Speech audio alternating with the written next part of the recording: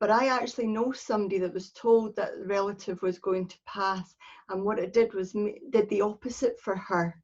She worried for 2 years about her loved one going. And yes, absolutely, you've said there about you would want to spend more time with them.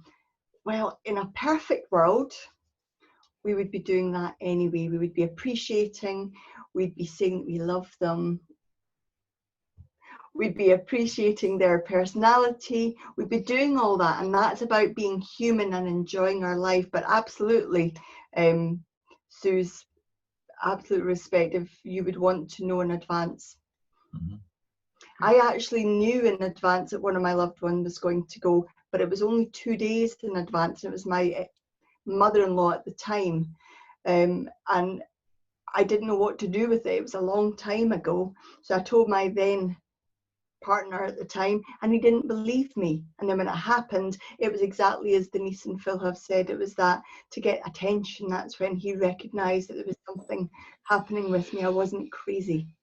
So we've got some comments coming in about that people have been given notice about people passing, and other people saying they were given lots of years and it really caused them to have a life-changing experience.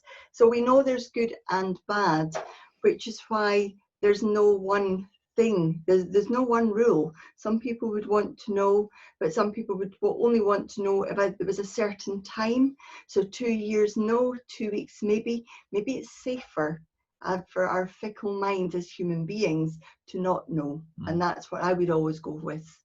For me, it would always be better not to know, and me just make the most of every day that I have with people that matter. And staying away from spiritualism, but being spiritual, this is how we should be, open-minded to different people's thoughts, behaviours, how they choose to live, what they would like to do. This is the beauty of it. And as working mediums, sometimes we do a lot of private sittings for people that have been told things like this, and they want that clarity. Well, I've been told I'm going to have a car crash. I've been told I'm going to die here. I've been told my husband's going to die at this, and they're living in fear. But again, we meet people, we have people that come to us and they say, tell me when your husband's going to die, please. And it's like, again, you worry sometimes because you think, why are you in that relationship if this is what you want to happen? But then there are genuine people that their partners are really suffering through illness, and the kindest thing is for them to go. So again, we've got to be really open-minded. Not that we would ever answer that question, because the spirit world wouldn't tell us.